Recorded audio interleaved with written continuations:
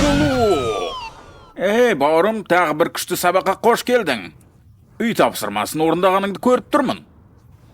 Сымбатты көрінесің, жігіт. Шынымен күшті. Керемет жұмыс, бұл сөзсіз 5+. Сен қаладағы ең күшті жігіт болайын деп тұрсың. Қалай екен? Күшті. Жақсы, бүгін біз сөйлесу туралы айтатын боламыз. Қараш, бауырым, түрің жарасып тұр, бірақ сөйлеген кезде көзіңнен сенімсіздік байқалады. Түсініп тұрсың ба? Тыныш, әрі мектепте оқитын сияқты. Дәл осылай, бауырым, даусыңды қаттырақ. Жасың нешеде? 43-те. Қара, бұл опырмай. 43? Иә, сенің жасындағы адамға бұлай сөйлесу жараспайды. Сондықтан осында тұрмын ғой. Дәл солай, Пип, дұрыс жерге келдің. Дакс саған көмектеседі. Алдымен даусыңды шығарып, сенімді сөйлегеніңді қалаймын. Қазір ме? Дәл осы жерде, көшеде? Одан жақсы орын жоқ, дауыстап бірдеңе айт. Мен білмеймін, мен не айтым керек? Сен ойлай алатын ең күшті нәрсе. Мен анама жиі хабарласам. Қандай жақсы еді, анама қоңырау шалуым Бауырым, керек. бұл күшті емес. Даусың жақсы шықты, бірақ айтқаныңның мәні жоқ. Анаңа қоңырау шалу онша күшті емес. Айқаламай тұрып, жай ғана маған бір күшті нәрсе айт. Менде бірде-бір кредитім жоқ. Жоқ. Мен кофе ішуді қойдым, себебі ол тым қышқыл. Қазір шайды ұнатамын. Жоқ. Менің пәтерім мінсіз. Меніңше сен күштіліктің мәнін түбегейлі қате түсініп тұрсың. Күшті болу сәл болса да бұзық болу.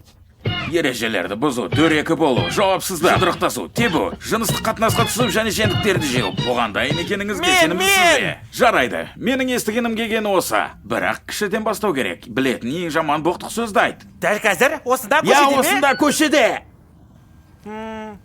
Қап. Сенің қаптанда жаман сөздеріңді білетіңе сенімдімін. Ақымақ. Сен тіпті тырысып та тұрған жоқсың. Бұл әдепсіздік. Дұрыс, боқтық сөз айт. Код. Жарайсың, әңгіме енді қызып келатыр, жалғастыр. Жәләп. Күшті. Сік. Вау, Сен оны сөйлемде қолдана аласың ба? Мен сіктім. Керемет. Жақсы, меніңше біз қызыдық. Қайтадан даусыңды шығар. Үлкен, қатты дауыспен ойыңа келген ең керемет, ең бұзық, ең жаман нәрсе. Онда сік. Шешең. Деген бола ма? Ойбай, құдай-ай. Ойбай, мұндай айтуға болмайды. Сен анаңмен де дәл осылай сөйлесесің бе? Ой, жоқ, мен жай ғана. Жоқ. Мүлде болмайды. Бұл мүлде күшті емес. Кешір. Білмеймін, бұл жай ғана сен шынымен де олай ойламайсың ғой. Жарайды, мен жай ғана, бұл менің қателігім нұсқаушы ретінде. Мен басқаша істеуім керек еді, білмеймін. Бірақ бүгінгі сабақ үшін бұл сәтсіздік. Анық сықпейтін баға ек. Ертең кездесеміз бе? Солай істеуіміз керек. Бірақ бұл жерден дереу қашу керек. Сен ар жаққа қаш, мен саған сосын хабарласам. Кет бұл жерден, кет! Сондай дөрекі!